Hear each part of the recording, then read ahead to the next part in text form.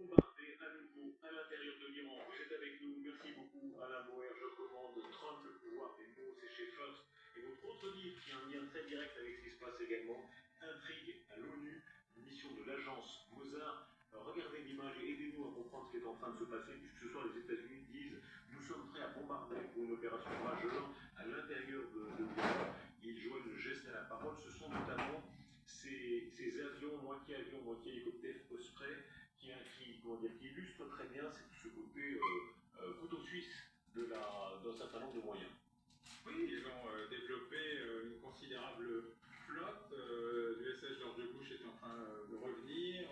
Ça va rajouter des avions qui sont partis avec Gerald Ford. Il faut savoir que toutes les 90 jours, normalement, les marins rentrent à la maison. Là, on a beaucoup poussé la durée de présence en mer. Ce sont plusieurs dizaines de navires, plusieurs centaines d'avions, une noria de C-17, ces immenses avions de transport qui se reconcentrent. Alors essentiellement sur l'aéroport Ben Gurion, Tel Aviv, qui est mieux protégé que les considérables dégâts que les bases américaines, des avions américains avaient subis dans le Golfe, à Koweït, en Arabie Saoudite et un peu partout ailleurs. Il faut savoir que les dégâts sont extrêmement considérables. Israël joue vraiment un rôle très important. On va le voir tout au long de la soirée. Pivot dans ce qui va se passer.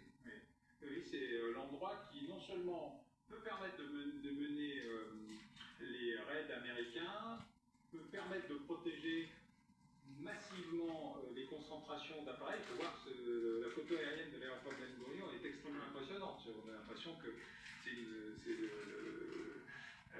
le salon de l'aviation militaire, quoi. Le Bourget de l'aviation américaine. Et dans tous les sujets qu'on va voir, c'est-à-dire les bombardements, tuer à nouveau des dirigeants iraniens, on voit bien que le fer de lance, alors qui je poserai la question tout à l'heure, mais le fer de lance en tout cas, c'est Israël. Oui, absolument. Mais on sous-estime beaucoup l'idée que Donald Trump se mène tout seul. Je l'écris, je l'explique, il l'explique d'ailleurs lui-même, y compris dans la diversité des rôles de composition ou pas qui sont les siens et qui étonnent chaque fois les commentateurs s'attendant à voir un Trump et en trouvant un autre. Mais c'est toujours Trump qui décide du Trump qu'il veut être.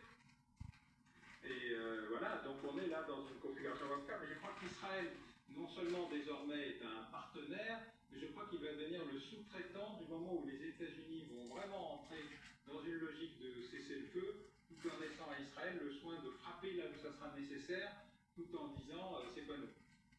L'intervention de tous les moyens de munitions, le ravitaillement. On a l'impression que la période de cessez-le-feu a servi pour accélérer, pour se refaire, du côté iranien, mais du côté américain, ce sont notamment ces images des C-17. Oui, absolument, c'est 70 tonnes par avion, c'est une flotte immense de 280 avions, je crois, fabriqués par les États-Unis, dont 225 à peu près que pour eux. Alors certains ont été retirés du service, parce qu'ils ne sont pas tout jeunes, ils ont 30 ans. Les plus anciens ont 30 ans, mais c'est la flotte la plus considérable, la plus efficace, celle qui peut transporter le plus d'équipements, le plus loin et sans ravitaillement, ce qui donne une supériorité aérienne aux Américains. Il a fallu beaucoup de travail pour que les Français imposent et le Airbus 400 A400 et le A330 multirôle pour avoir une autonomie stratégique, mais qui ne transportent pas autant de matériel ni aussi loin.